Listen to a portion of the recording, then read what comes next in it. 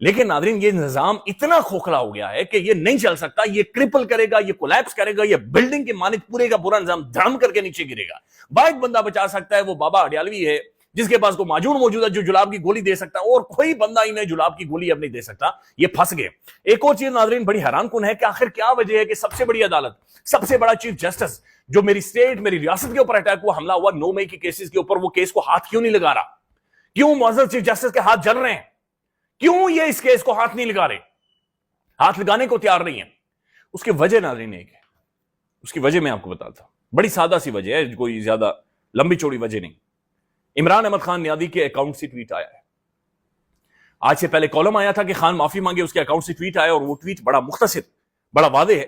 اس tweet میں لکھا ہے کہ میرا یعنی عمران احمد خان نیادی کا پوری قوم کو پیغام ہے, اور ان سب کو میں کہنا چاہتا ہوں کہ آپ کا کپتان عمران احمد خان نیادی سینہ تان کر کھڑا ہے, آپ نے گھبرانا نہیں ہے.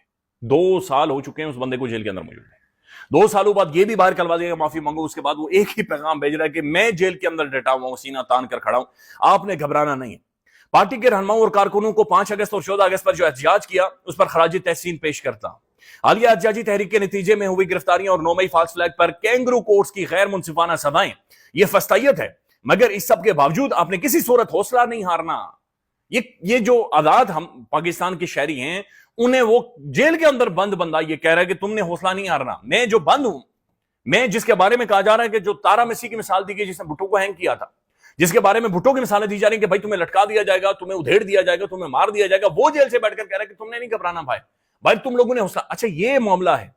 آپ متی اللہ جان صاحب کو سنیں, آپ صدیق جان صاحب کو سنیں, کسی اور کورٹ رپورٹر کو, جرنلسٹ کو اٹھا دے, چونکہ میری رپورٹنگ بھی کم ہے اور سمجھ بھی کم ہے, سب یہ کہہ رہے ہیں کہ صرف عمران خان جب تک اس کے جواب کا انتظار کیا جا رہا ہے, اور اس کا جواب آ گیا ہے کہ کوئی معافی نہیں ہے. تو امیجن دیٹ کہ ایک اور تاریخ صرف اس بنیاد پر دے دی گئی ہے کہ پروسیکیوشن کو جلاب لگے ہیں.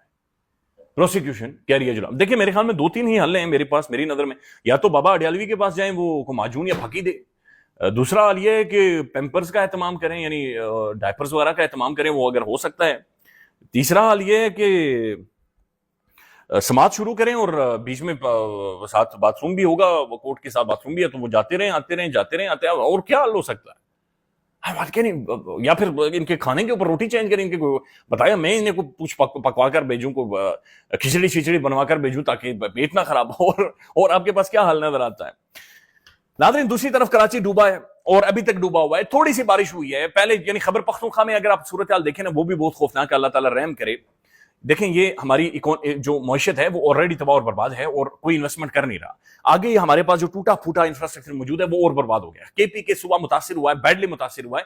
اللہ تعالیٰ وہاں پر رحم کرے. لیکن کراچی کے اندر ناظرین جو کل ہم نے صورتحال دیکھی ہے, بالکل یعنی طوفان. یہ بھائی یعنی کوئی واقعتاً اس ملک کے اندر کوئی پالیسیز بنا رہے, کوئی سوچ رہا. کراچی ڈوب گیا تھا کل. سکندر بخشا سابق کرکٹر, وہ ان کی ویڈیو میں ابھی دیکھ رہا تھا, وہ یہ کہہ رہے میں کشتی کا انتظار کر رہا ہوں کہ میں اپنے گھر تک پہنچوں, اور وہ واقعتاً وہاں پر بیٹھے ہیں اور کہہ رہے ہیں کہ میں کشتی کے لیے بیٹھا ہوں کہ کشتی آئے گی اور کشتی مجھے لے کر جائے گی. میں آپ کو دکھاتا ہوں, یہ دیکھیں.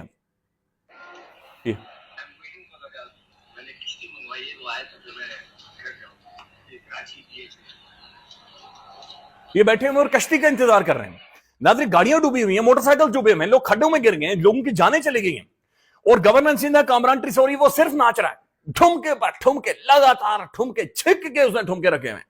یعنی کچھ اور کام نہیں, اس نے چھک نچ بلو نچ, پانے کون سا کہا نچو. ابھی اس نے سٹیٹمنٹ دی ہے گورنر سندھ کی کامران ٹیسوری کی. آپ اندازہ لگا لیں یہ کس قدر آپ لوگوں کا ہمارا مذاق اڑا رہے ہیں. کامران ٹیسوری یہ کہہ رہے چونکہ عوام ڈوب رہی تھی تو عوام کو تسلی دینے کے لیے میں 3 گھنٹے پانی کے اندر کھڑا رہا. Imagine that. یہ سنیں کامران ٹیسوری کی سٹیٹمنٹ. آج میں جو پانی گھٹنوں تک کے پانی میں, اے آر وائی کا رپورٹر بھی میرے ساتھ کھڑا تھا, میں 2.5-3 گھنٹہ پانی میں اس لیے کھڑا ہوا کہ میں یہ بتانا چاہتا تھا اپنے لوگوں کو کہ اگر آپ پانی میں پھنسے ہوئے ہیں تو میں پانی میں کھڑا ہوا ہوں. اور لوگوں نے اس بات کو دیکھ کر خوشی کا اظہار کیا کہ چلیں. Can you imagine that یار؟ Imagine, یہ صرف سائیک کی دماغ دیکھیں, ان کی تاریں دماغ کی ٹوٹی ہوئی ہیں, جڑی ہوئی ہیں. جس کے پاس آئینی اختیار ہے, کانسٹیٹیوشنل پوزیشن ہے, جس کا کام ہے لوگوں کو کھڈوں سے پانی سے نکالنا, وہ کہہ رہا ہے کہ تم چونکہ کھڈے میں تھے تو میں گھٹنوں تک پانی میں کھڑا رہا. میں کھڑا ہوں جی, اور میں گھٹنوں تک پانی میں اس لیے کھڑا ہوں تاکہ تم لوگوں کو محسوس ہو کہ میں بھی کھڑا ہوں. اور وہ کہتے ہیں لوگ یہ دیکھ کر خوش ہو رہے تھے. گاڑیاں ڈوب گئی ہیں, گاڑیاں دہائیاں لگتی ہیں لوگوں کو گاڑی بنانے میں.